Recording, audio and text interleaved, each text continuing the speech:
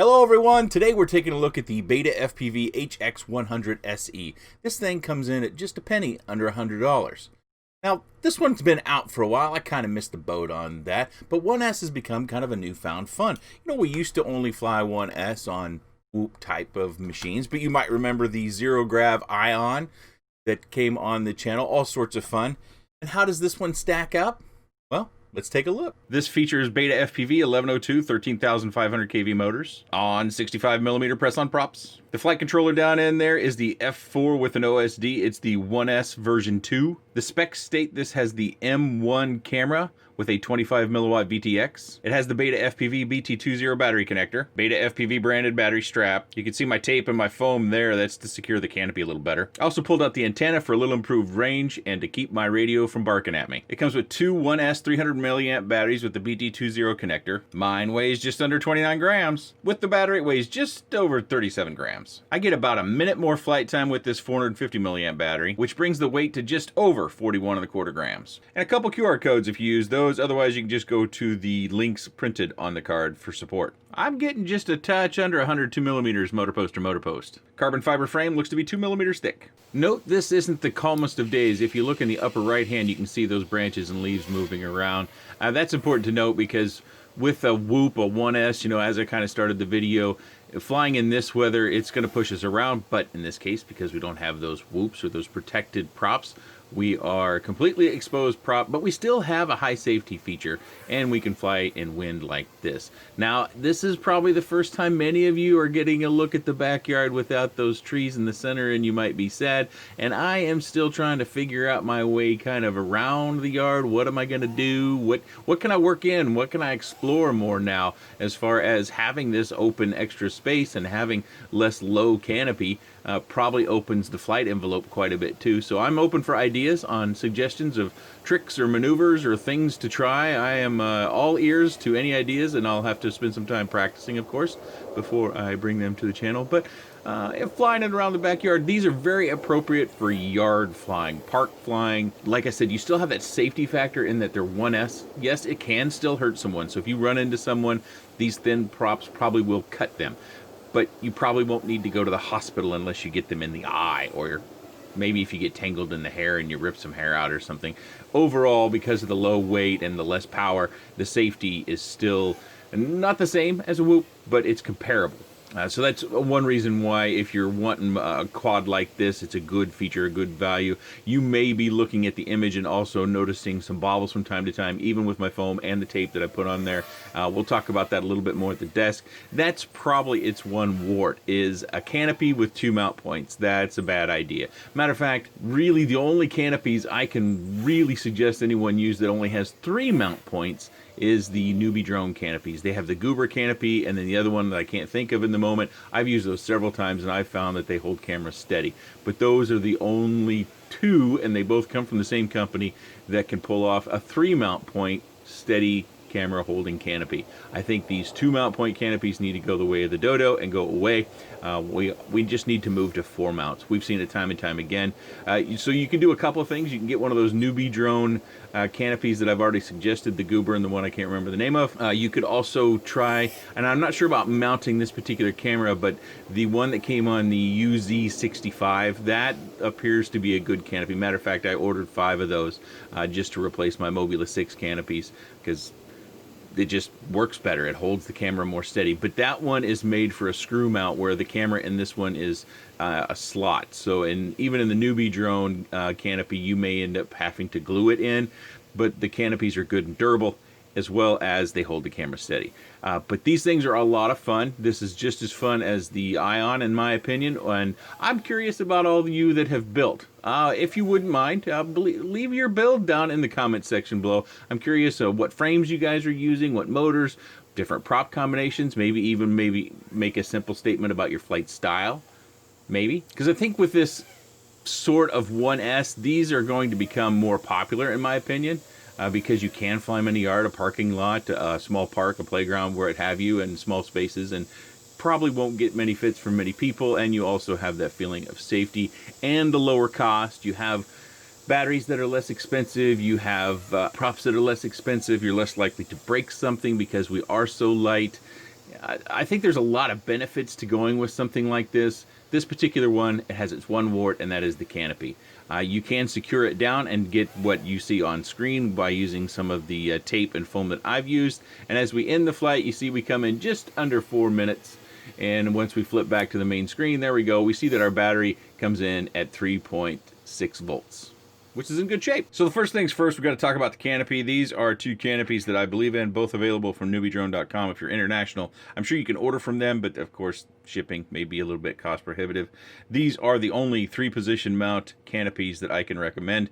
I forget the name of this one, but I'll put that in text on screen, and I've used this all sorts of times. Like here, I've got an experimental quad. Oh, and I've got a few others. And then this is the Goober canopy that they use on their whoops. It's also a 3-position because they don't use the front mount point. But you can see how they've got quite a bit of material coming down to these points down here. They don't get real thin.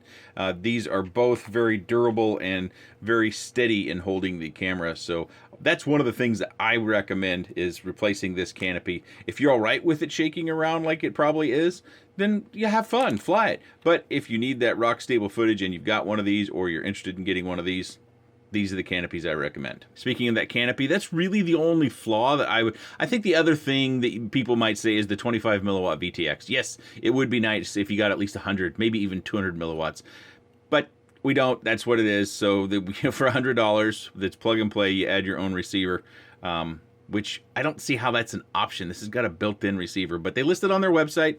So if you're looking at the prices, you're going to find them mainly at $109 for the different versions of receivers. They've got one listed for plug and play, meaning you'd add your own receiver, but the receiver's built into the board, so they must use a different board for that one. So be careful what you select on the website and what you want to get. But you can see I've got some pretty dense double-sided foam tape in here that I've kind of squished up into the nose on the front mount point, and then I've used some of my favorite Emax tape. I'm calling it Emax tape, but it's probably got another name. And one of the things that I found is that over time, you know, my crashing and stuff, this would all sort of loosen up.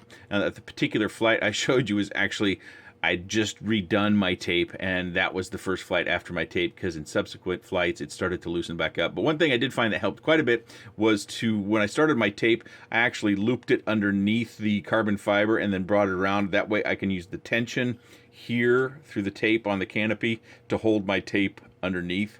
And it's also a little bit cleaner as well. So there's a loop in there. You can actually kind of see it right there, how it starts underneath there, and then it wraps, creating tension on it. And it holds it pretty steady like that. Could I have done a better job? Sure. But this was actually my 3rd or 4th iteration. I first used electrical tape, and I didn't find electrical tape work very well. I also used some thicker foam tape. Too much give to that thicker foam tape. So I started using this thickness of foam tape, and then I switched to this. I just used more of it and rolled it up, as you see there. I find that this works better. This is heat resistant. I got 3 rolls. I don't think it's 3M, even though we see all those 3s. I think it's a company trying to pose as 3M. I could be wrong, but there it says Series Camera Focus Series 11-1100, if that helps us find this product. If you're looking for this product, I find this works well, but it doesn't have a high adhesion. So if you're going to be bonking stuff a lot, this isn't real sticky. But in the cases of VTXs, it does adhere pretty well to VTXs. And it actually, if you let it sit for a while before, you know, if you put your build together and then maybe maiden it the next day, this will stick better than if you build it and immediately maiden it with, you know, the tape only sitting there for a little short time. So it takes some time to create its best bond. I think if I have to be nitpicky, it would be this battery mounting. Not crazy about it. You can see how I don't use the loop. I never have on these sort of battery straps. I've always found that threading it through there was way more of a pain. So I cut the edge off and I just use tension in my fingers and I grip things over. And they do have a battery pad underneath here, and I did find that it holds securely just like that. So generic battery pad down there. You can tell it's got a couple little slots cut in it. Probably not meant for this, probably something they had for another machine, but are making it work for these instances. Motor wires don't need to be secured down because they're threaded through the frame, so they shouldn't be getting in harm's way. Really, it's just the only issue I have with this is the two position mount for the canopy. It's just a bad idea. I pulled this out just for good measure. I did get low telemetry issues every once in a while. I think it was on the more humid days. We have had some really humid days, but you didn't see that flight, and you probably didn't even hear the radio. I didn't listen to the audio as we were watching that flight, but if you hear that, that's why I pulled this out, was just to see if the telemetry for the low telemetry warning were to go away with just relocating that, because it is under the canopy when you get it by default. Also, it's supposed to come with 2 different angles on the camera. I didn't get a second mount with my kit, so this is probably 25 degrees. The other one's supposed to be 35 degrees. That's the only mount I got, so that's the mount that I used. I did make a quick comment about flying with this battery. I did not enjoy flying this one nearly as much, but if you're absolutely looking for that extra minute, about a minute of flight time, depending upon your flight style, yeah, you could pick up some of these batteries. I'll have links down below to the BetaFPV website for the batteries. I do think you probably need to pick up a pack of these adapters. I think they sell them in packs of 5, because if you're gonna get these, you probably are at least charging 4 at a time using one of the traditional 1S battery chargers. At least, you know, I have 2 different ones, so I bought a pack of 5. I think I actually have more than 1 pack of these, but anywho, if you're getting involved in BT20, you probably need more of these. You may need to even buy some connectors, so if you have some batteries on hand that you would like to rewire to the BT20 connector. I did fly these as well, and I got about the same flight time that I did on the 300, but I did fly these on days where the weather was not as nice, more wind, and I had banged up props too. Oh, that was something else. I kind of thought they should include more than 1 set of props, but that's a little thing. I just throw that out there. Oftentimes we get extra props with quads. We didn't in this particular case. If you didn't already, please leave your 1S build, some of your favorite 1S builds, and why you love it, your flight style, what sort of battery you running on it, what sort of connector, all the little details that you'd care to leave. That way I'm very curious, and others who might be curious can see what you're enjoying as well. And if you have any other comments, questions, suggestions, or otherwise, please let me know in that section down below. I appreciate your time, and thanks for watching. Oh yes, and my shirt. Emu? Am I saying that right this time? Emu? Not emu? Emu? And, oh, on the back, bird is the word. Fits real nice. It's a little tight on my guns.